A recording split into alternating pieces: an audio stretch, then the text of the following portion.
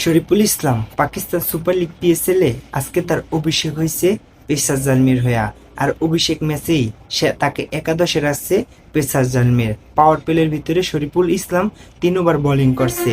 পাওয়ার প্লের ভিতরে শরীফুল 3 ওভারে মাত্র 20 রান দিছে। আর লাস্ট ওভারে সে 11 রান খরচ করছে। 10 ওভার পরে শরীফুলকে 1 ওভার দিচ্ছে। বাট শরীফুল ইসলাম আজকে 4 ওভার বোলিং করিয়া 31 রান খরচ করছে, একটা উইকেটও পায় না। খুবই দুঃখজনক একটি বিষয়। পিএসএল এর মতো মঞ্চে অভিষেক ম্যাচে শরীফুল আজকে একটা উইকেটও পায় না। আবার লাস্ট ওভার যে শরীফুল ইসলাম করছে, তার নিজের ব্যক্তিগত লাস্ট ওভার করছে। আর লাস্ট ওভারে সে একটা নো বল দিছে, 2টা হোয়াইট দিছে, মানে পুরাই এলোমেলো। শরীফুল ইসলামকে পেসার জালমির নেক্সট ম্যাচে একাদশে রাখে কিনা ওইটাও সন্দেহ। আজকে শরীফুল ইসলাম 31 রান দিছে 4 ওভারে, ওইটা ভালো কথা। বাট 2টা বা একটা উইকেট পাইলে অনেকটাই ভালো হতো। তাহলে নেক্সট ম্যাচে তাকে একাদশে রাখার একটা সম্ভাবনা থাকতো পেসার জালমির। তারপর শরীরের জন্য অনেক অনেক শুভকামনা রইল। আজকে সে অনেকটাই বল ভালো করছে, মানে অভিষেক ম্যাচ হিসাবে শরীফুল ইসলাম অনেকটাই বল ভালো করছে আজকে।